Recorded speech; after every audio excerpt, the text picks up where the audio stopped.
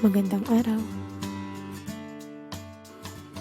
Halina at ating talakayin ang rehistro ng wika sa larong Pinoy. Ang mga tradisyonal na larong Pinoy ay sadyang nakapang-aakit, kakaiba at bunga ng malikhaing imahinasyon. Nagtutuwa at napapangiti ka na lamang sa tuwing maaalala mo at makikita ang mga kalaro mo noon. Ang mga alaala masaya lamang kayo naglalaro at walang ibang iniintindi.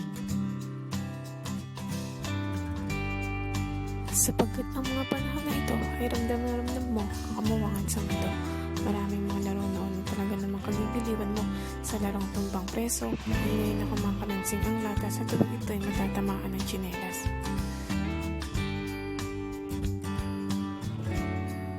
Nasisiyahan ka sa pagbabalik tanaw, ngunit sa kabilang banda, nakakalungkot isipin na kasabay ng paglipas ng panahon, tila parang bula o kandilang nangupos ang sindi ng mga kinagisnan at kinagigiliwang laro. Halos sa lahat ng sulok ay makakakita ka ng mga computer shop na punong-puno ng kabataan na nahuhumaling ngayon sa online games.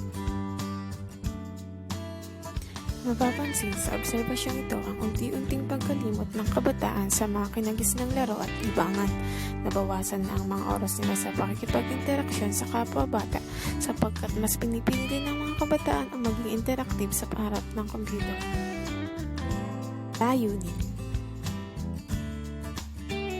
Naglalayon ang mananaliksik na ibigay ang mga wika na ginagamit sa larong Pinoy at maibahagi ang kahalagahan ng mga kultura na pumapaloob dito bilang bahagi ng ating pagka-Pilipino.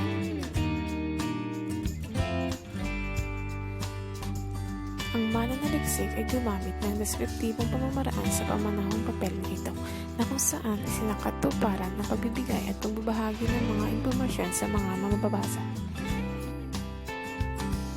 Mga tradisyonal na larong Pinoy. Tumbang preso. Ang bawat manlalaro ay kinakailangang may hawak na tsinelas bilang pamato at sa 6 hanggang 8 metro na layo ng lata ay kinakailangan itong mapatumba gamit ang tsinelas bilang pamato.